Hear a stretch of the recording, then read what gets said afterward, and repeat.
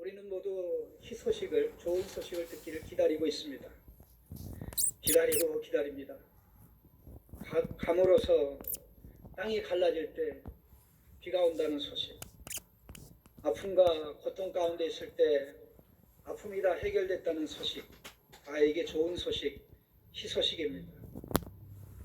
우리 모두가, 우리 성도들뿐만 아니라 대한민국의 모든 사람들이, 전 세계 모든 사람들이 이 우한 코로나가 종식됐다는 희소식을 듣기를 원하는 줄로 압니다. 하나님께서 정한 때에 희소식이 들려오게 해주실 줄로 믿습니다. 하나님이 이것을 통제하고 계시고 또 시간도 조절하시고 우리가 이 가운데 지나간다고 할지라도 저는 우리 성도님을 위해서 이렇게 기도하고 있습니다. 비록 이 바이러스가 나를 침입하더라도 내 안에서 소멸되게 하시고 또 나는 사람들에게 퍼뜨리지 않는 이런 은혜가 있기를 위해서 기도하고, 특별히 오늘 어떻게 하면 감사함을 좋을까 하는 가운데 하나님 참 지금까지 우리 교인들 단 한 사람도 이 바이러스 고생하지 않게 해주셔서 감사합니다는 그런 마음이 생겼습니다. 아브라함에게 좋은 소식이 들려왔습니다. 얼마나 좋은 소식인지 모릅니다. 그가 오래전에 떠나온, 적어도 최소한 38년 전에 떠나온 가족에 관한 소식입니다. 이삭이 13살 때 모리아 제단에서 번제물로 드려지는 사건이 있었다고 하면 이삭이 태어난 것이 아브라함이 고향을 떠나서 가나안 땅에 들어온 지 25년 만에 이르니까 25 더하기 13 하면 38년이 됩니다. 38년 만에 엄청난 소식이 아브라함에게 들려온 것입니다. 그 소식의 구체적인 내용은 바로 동생, 아브라함이 장남이고 둘째가 나홀인데 셋째 물론 하란은 죽었습니다마는 바로 밑에 동생의 가족 소식이 들려온 겁니다. 하나님께서 그 동생의 가족에 많은 자녀들을 주셨고 그 자녀들 가운데는 딸도 있다는 소식이 들려왔던 것입니다. 그 가정에 자녀가 태어나게 하신 분도 하나님이고 그 소식이 아브라함에게 적절한 때에 들려오게 하신 분도 하나님입니다. 이 모든 것은 하나님이 통제하시고 다스리시고 지배하시기 때문에 가능합니다. 오늘 이 말씀을 통해서 우리는 하나님께서 주시는 귀한 교훈을 받았으면 하는 그런 마음 간절합니다. 특별히 오늘 20절부터 24절은 우리가 잘 알고 있듯이 족보입니다. 우리 성도님들이 제일 좋아하는 가장 싫어하는 성경의 내용이 족보입니다. 왜 이 족보가 나오는가? 왜 이런 족보가 나오는가?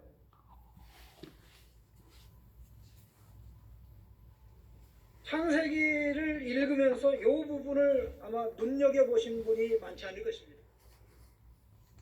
혹시 이 본문에 대한 설교를 들으신 적이 있나요? 60년 평생 예수 믿었는데 설교를 들으신 적이 없을 겁니다. 그러니 한 번도 들어본 적이 없는 본문을 가지고 설교하려는 목사의 심정이 어떻겠습니까? 저도 원래 이걸 건너뛰어야 되나 할 게 없는데 하고 꽤나 고민을 많이 했습니다. 그런데 하나님께서 제 마음속에 주신 게 나의 말이니 건너뛰지 마라. 내가 이걸 통해서 하는 말이 있다. 주고자 하는 교훈이 있다라는 생각이 있었기 때문에 이 말씀을 가지고 씨름하는 가운데 과연 그래서 하나님이 이 말씀을 주시는구나 하는 확신을 담아 오늘 말씀을 나누게 되었습니다. 제일 먼저 기억을 해야 될 것은 하나님께서는 아브라함에게 좋은 소식이 아브라함이 경건시험을 통과한 다음에 들려오게 하셨습니다. 아브라함이 경건시험을 통과한 후에 희소식이 들려오게 하였습니다. 20절 말씀에 이 일 후에라는 표현이 바로 그것입니다. 22장에만 해도 바로 비슷한 표현이 두 번 나옵니다. 22장 1절에 그 일 후에, 오늘 20절에는 이 일 후에, 이 일 후하고 그 일 후하고 차이가 뭐죠? 그와 이의 차이인데, 히브리어 본문에서는 저마나 차이입니다. 이 표현이 히브리어 성경에 딱 세 번 나오는데요. 22장 1절에 그 일 후에는 5번 정도 나오고, 지난번에 말씀드렸듯이 오늘 본문의 이 일 후에라는 표현은 한 3번 정도 나오는데, 항상 중요한 지점에 나오는데 다루던 주제를 마감하고 새로운 주제를 언급할 때 이 표현이 나옵니다. 22장에 아브라함이 경건시험을 통과하는 내용이었고, 바로 20절부터는 경건시험을 탁월하게 합격한 아브라함에게 들려온 아브라함의 동생 나홀의 가문에 관한 소식입니다. 그런데 이 소식으로 말미암아 새롭게 전개될 아브라함에 펼쳐질 하나님의 복을 예고하는 것입니다. 이 표현이 창세기 48장 1절에도 나옵니다. 48장에 보면 그 앞부분에는 야곱이 죽기를 앞두고 요셉을 불러서 몇 가지 당부를 합니다. 그리고 다음 주제가 등장하는 가운데 요셉의 두 아들 에브라함과 므낫세를 불러 축복하는 내용이 나옵니다. 한 시대가 끝나고 새로운 시대를 예고하는 그런 내용이죠. 그리고 여호수아 24장 29절에도 이 내용이 나옵니다. 이 표현이 나옵니다. 여호수아가 백성의 지도자들을 불러 유언적 권면을 하고 그 다음에 등장하는 표현이 이 일 후인데, 바로 새 지도자, 가나안 정복의 주역을 담당했던 새 지도자 여호수아, 또 요셉의 장래에 관한 기사, 제사장 엘르아살의 장래 기사를 다룹니다. 그래서 항상 이 표현이 등장한다면은 하나님께서 전개하는 새로운 것들을 우리로 하여금 예고하도록 하고 있습니다. 경건시험을 통과한 아브라함에게 하나님께서 내가 너에게 복을 주고 말 거야, 내가 너에게 복을 주고 말 거야, 하나님이 하나님 자신을 두고 맹세한 말씀 그대로 이제 하나님이 예고한 대로 복이 다음 단계로 착착 진행해 간다. 지금은 힘듭니다. 모두가 힘듭니다. 애격도 아우성이고 소리여바는 분도 아우성이고 사람들이 아우성입니다. 우울증에 걸린 분도 있고 정말 힘들어하는 분이 한둘이 아닙니다. 한둘이 아니라 온 백성이, 온 나라가 그런 가운데 있는데, 적어도 믿음의 자녀들인, 하나님의 자녀들인 우리도 함께 고통을 당하고 함께 어려움을 당하고 있는데, 이것을 인내로 통과할 때, 믿음으로 통과할 때, 믿음으로 겪어나갈 때, 그 다음에 하나님이 준비한 희소식이 있는 줄로 믿습니다. 믿으셔야 됩니다. 잘 겪어야지. 사람들은 앞에 기다리는 영광을 바라보며, 승리를 바라보며, 승리의 월계관을 바라보며 독한 훈련을 합니다. 심지어는 지옥과 같은 훈련도 마다하지 않습니다.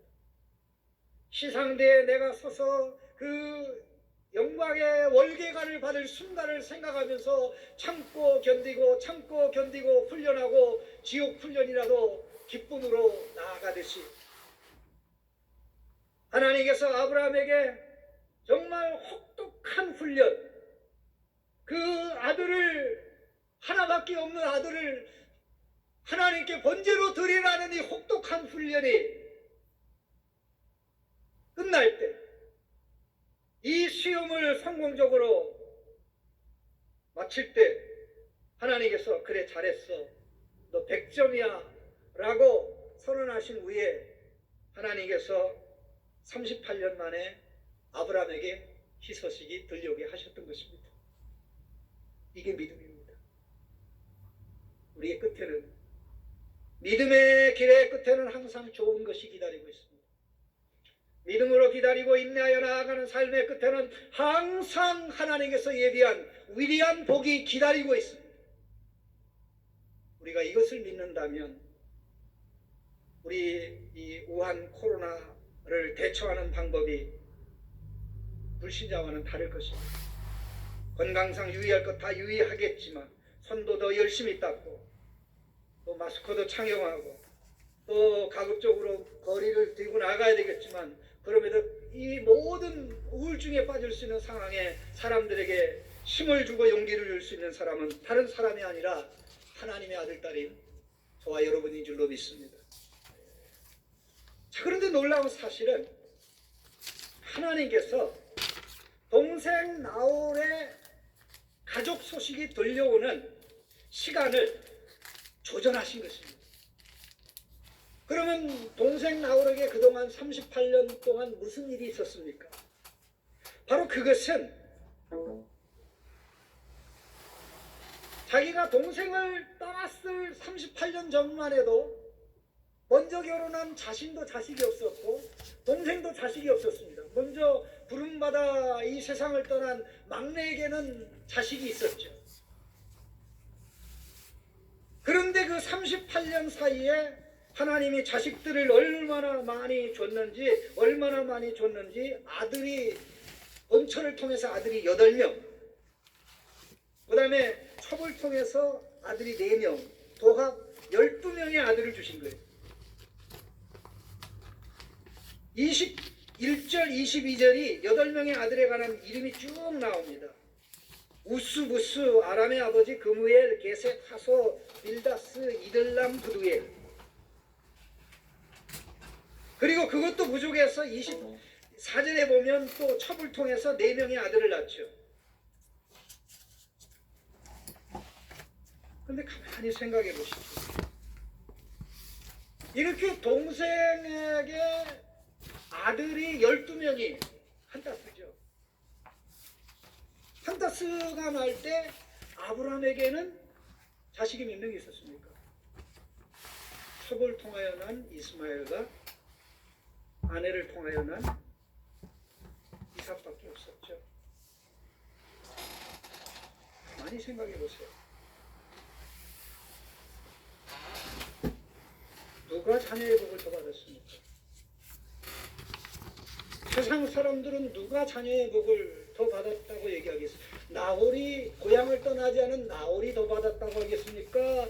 뭐 신의 부름 받았다고 하는 아브라함이 더 받았다고 하겠습니까? 세상 사람은 그렇게 얘기하지 않습니다.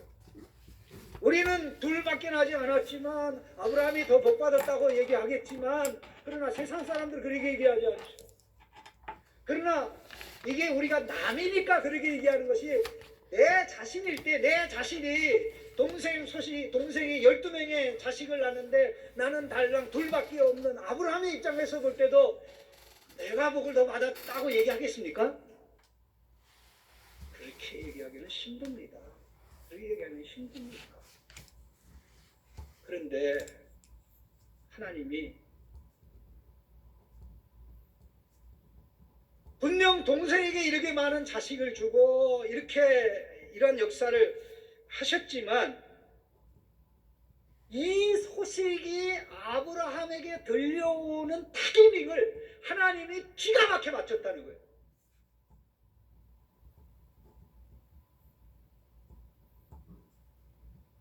이스마엘을 낳기도 전에 그 얘기를 들었다고 생각해 보십시오. 얼마나 가슴이 찢어졌겠어요.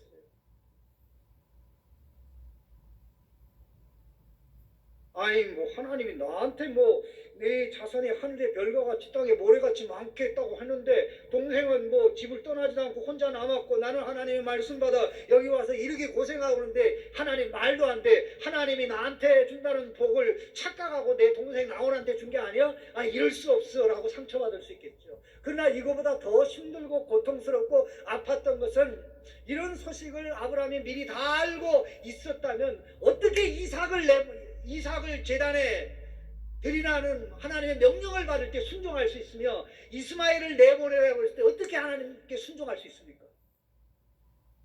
하나님 말도 안 됩니다. 고향에 있는 내 동생한테는 이렇게 자식을 많이 줬는데 나한테는 이렇게 자식 많이 준다고 해놓고는 달랑 둘밖에 안 줬는데 그 중에 하나는 내보내고 또 그 중에 하나는 또 번제물로 드리라고. 이런 하나님이 어디 있습니까? 신앙의 현실은요, 우리의 삶의 현실은 냉혹합니다. 우리는 그걸 알아야 됩니다. 우리 그거 알아야 됩니다.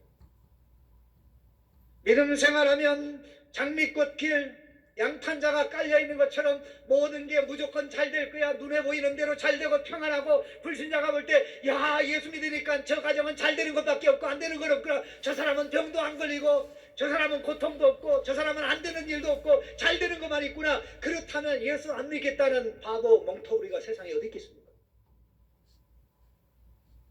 우리 하나님, 아브라함이 오해할까봐 그 동생의 소식이 들려올 때를 정하신 것입니다. 아브라함이 시험에 다 통과한다면, 그 소식을 전해드렸다면 그가 이스마엘을 어떻게 내보내겠으며 이삭을 어떻게 제단에 하나님이 명령하는 대로 드리게 순종할 수 있겠습니까? 아브라함이 대단한 것으로 아들을 하나님께 바치려고 하다가 하나님이 멈추신 것으로 나오지만, 하나님이 이렇게 모든 것을 배려하고 하나님이 이렇게 모든 것을 조절하셨기 때문에 아브라함의 마음이 덜 상해서 그 소식이 들려오는 시점이 이삭을 하나님께 드리는 경건시험에 합격한 다음에 들려오게 하였던 것입니다. 우리는 하나님이 우리에게 들려주는 소식을 귀담아 들어야 됩니다. 하나님의 때에 하나님의 방법으로 하나님이 우리에게 주십니다. 그저 우연히 들려온 게 아닙니까? 38년 만에 소식을 들을 수 있다는 것.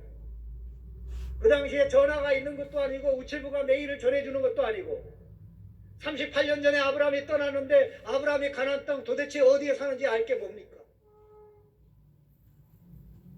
그런데 이 소식의 내용을 보니까요,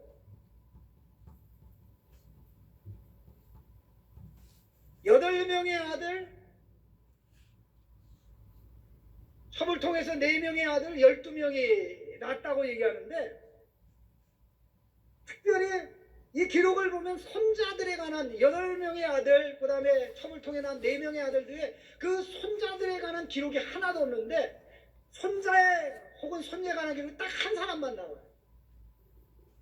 그게 바로 23절에 나오는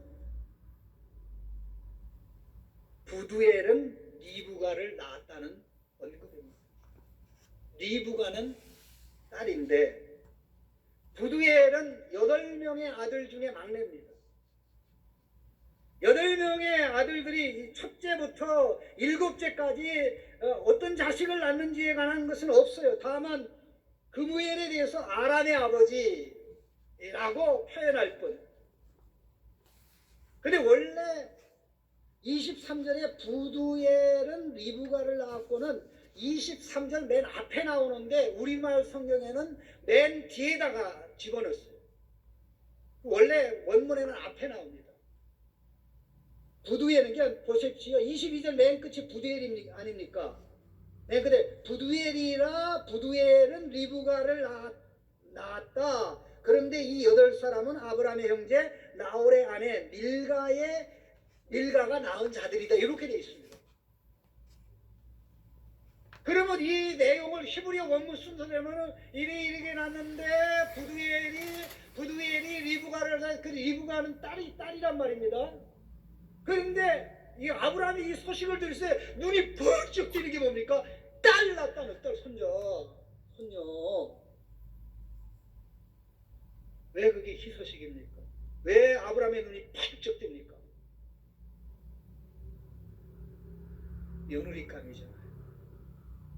며느리감이잖아요.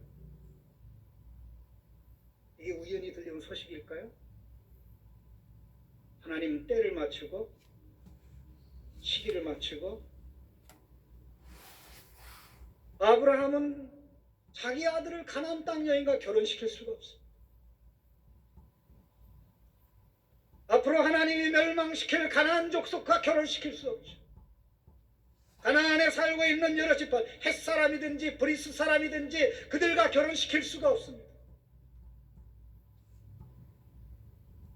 그야말로 아브라함에게 정말 이제는 자기 시대가 끝나고 아들의 시대가 오는데 이제 아들이 결혼하려면 그래도 믿을 수 있는 가문과 결혼해야 되는데 이런 상황 가운데 정말 쭉 낳는데 아들을 8 낳고 그런데 막내 부두엘이 리브가를 낳았다.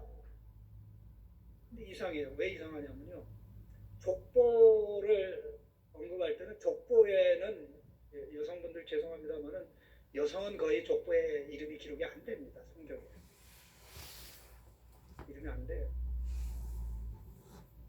그런데 보세요. 이게 다른 손자들은 하나도 이름이 언급이 안 됐습니다.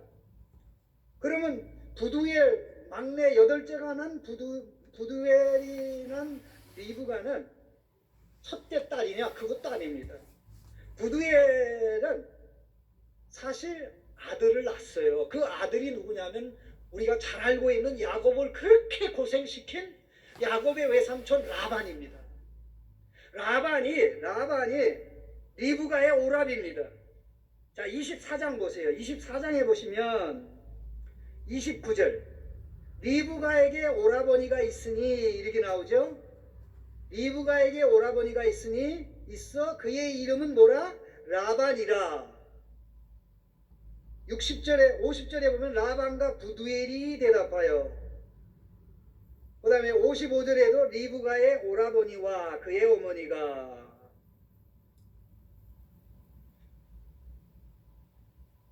그러니까 아브라함에게 들려온 이 동생의 가족에 관한 동생들이 12자식들을 낳았다. 그러게 하는데 그 소식의 중심에 아브라함의 눈을 딱 뜨게 하는 것은 며느리감이 있다.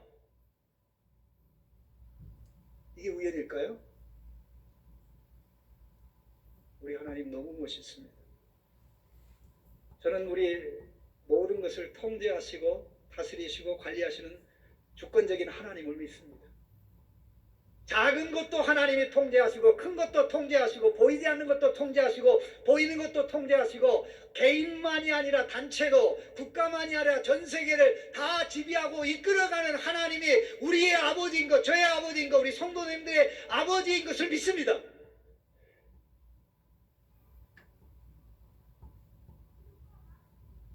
하나님께서는 38년 동안 아무 소식을 듣지 못한 그의 가족 소식을 듣게 했는데 그 동생의 가족에 손녀딸이 하나 낳는데 그게 리브가라는 거. 근데 놀라운 사실은 리브가가 태어날 무렵에 이삭이 태어나도록 하나님이 역사합니다. 하나님이 천생연분 부부로 만들어 주려고 24장의 내용이 그겁니다. 우연 아닙니다. 실수 아닙니다.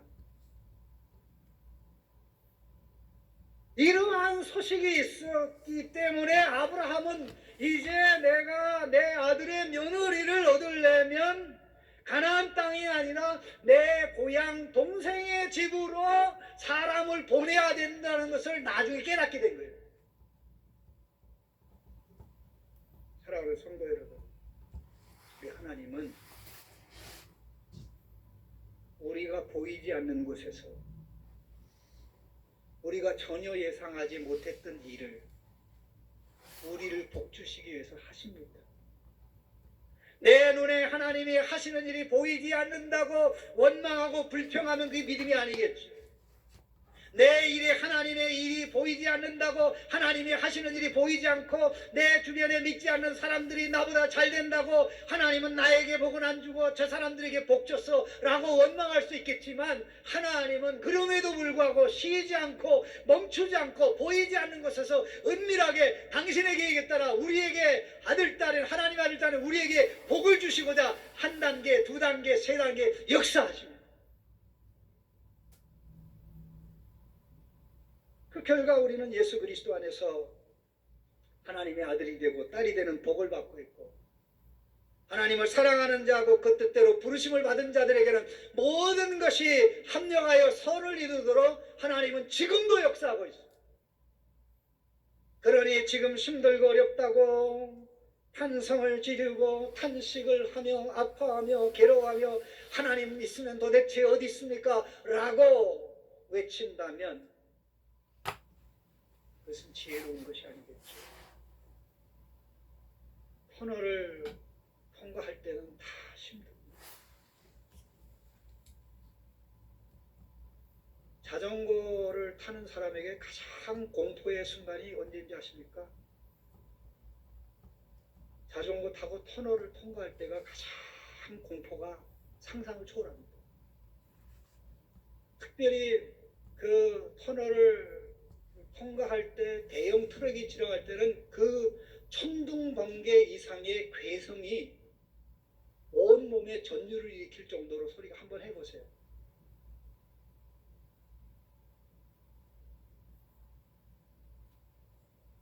일이 안 풀릴 때, 이런 일 저런 일 속상할 때 다 힘듭니다.